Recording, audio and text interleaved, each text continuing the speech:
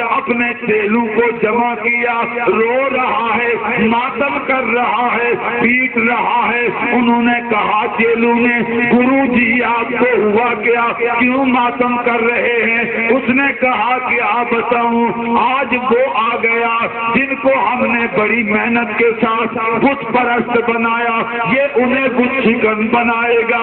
یہ گندوں کو ستھرا کرنے والا ہے، پلیتوں کو پاک کرنے والا ہے، ادنا کو اعلیٰ کرنے والا ہے، ہر جائیوں کو یکجائی بنانے والا ہے، ضمیر پروشوں کو سرفروش بنانے والا ہے، ابو بکر کو صدیق اکبر بنانے والا ہے، عمر کو فاروق اعظم بنانے والا ہے، عثمان کو عثمان غنی ذی نورین بنانے والا ہے، علی کو علی شیر خدا حیدر کرار بنانے والا ہے۔ انہوں نے کہا گرو جی ہمیں سمجھ نہیں آئی کیا کہہ رہے ہیں؟ اس نے کہا کیا کروں، یہی کہہ رہا ہوں محمد بن عبداللہ کی ولادت ہو گئی۔ گویا جواب یہی دیا، آج میلاد النبی ہے، کیا سبحانہ نور ہے، آ گیا وہ نور والا، آ گیا وہ نور والا جس کا سارا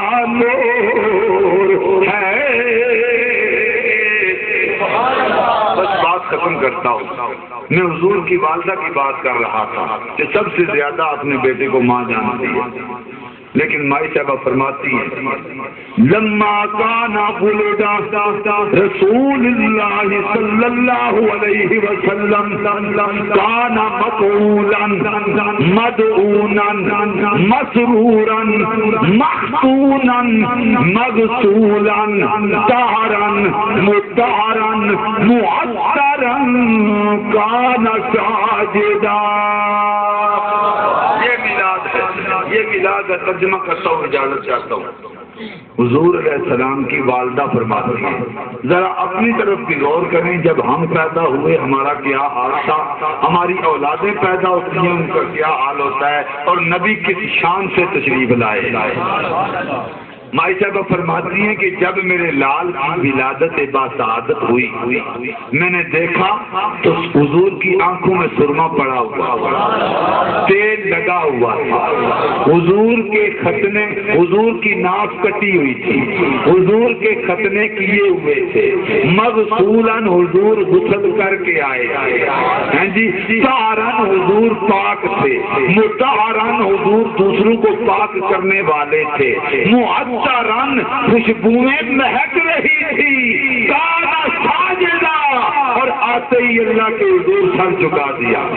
فرمایا وہ عیسیٰ ابن مریم ہے جو صرف زبان سے کہتے ہیں انی عبداللہ آتانی الکتاب وجعلنی نبیا، میں تو عیسیٰ کا امام ہوں، میں صرف زبانی نہیں کہتا، رب کی بارگاہ میں سر جھکا کر سجدہ کر کے بتاتا ہوں انا اول المسلمین، سب سے پہلا مسلم میں ہوں۔ کوئی سمجھ چلی؟ اس طرح کسی مولوی کی ولادت ہوئی، کسی پیر کی ہوئی، کسی درویش کی ہوئی، کسی صدر کی ہوئی، کسی وزیر مشیر کی ہوئی، جب اس طرح سے کسی کی ولادت نہیں ہوئی تو پھر حضور جیسا کوئی کیسے؟ کوئی سمجھ آ رہی ہے؟ اچھا، بچہ جس جگہ پیدا ہو وہ جگہ ناپاک، اس کی ماں ناپاک، قرآن کو چھو نہیں سکتی، بیت اللہ شریف کو ہاتھ نہیں لگا سکتی، ہاں جی ناپاک ہو جاتی ہے۔ لیکن آئے سنیں، کہتے ہیں بخاری، میں کہتا ہوں بغیر عشق نبی پڑھتے ہیں جو بخاری، آتا ہے بخار ان کو آتی نہیں بخاری، انہیں کیا پتا بخاری کیا ہے، پڑھیں بخاری۔ حضور فرماتے ہیں جو لیل ارض مسجد و طہورا، جب میرا قدم زمین پہ لگانا تو اللہ تعالی نے میرے قدم کی برکت سے ساری زمین کو مسجد بنا دیا، ساری زمین کو پاک بنا دیا۔ سمجھ آ رہی؟ باقی جتنی امتیں ہیں وہ ساری ان کی مخصوص عبادت کی جگہ تھی جہاں جا کر وہ عبادت کرتے تھے۔ عام زمین پر کسی نبی کی امت کے لیے حکم نہیں تھا کہ وہ عبادت کرے، لیکن حضور کا قدم زمین پہ لگا، ساری زمین مسجد بن گئی۔ آپ سفر فرما رہے ہیں، اگر مسجد قریب نہیں، نماز کا وقت ہے، بظاہر گندگی نہ ہو، نماز کی نیت کر لیں، وہی مسجد ہے۔ یہ صرف حضور کی امت کو شرف حاصل ہے، اور صرف مسجد ہی نہیں بنایا، مسجد و طہورا، اس زمین کو پاک فرما دیا اللہ نے۔ ارے جس نبی کا قدم زمین پہ لگے، زمین مشرق سے لے کر مغرب تک، شمال سے لے کر جنوب تک ساری زمین پاک ہو جائے، اور جن پشتوں اور جن رحموں میں میرے نبی رہے ہیں وہ پاک نہیں؟ ہاں جی، اسی لیے تو ہم کہتے ہیں کہ نور مصطفیٰ کی یہ بھی شان ہے کہ جناب عبداللہ سے لے کر جناب آدم علیہ السلام تک، اما حوا سے لے کر جناب سیدہ آمنہ تک، جن جن پشتوں میں، جن جن رحموں میں نبی کا نور منتقل ہوتا رہا، وہ ساری پشتیں بھی پاک ہیں، وہ سارے رحم بھی پاک ہیں۔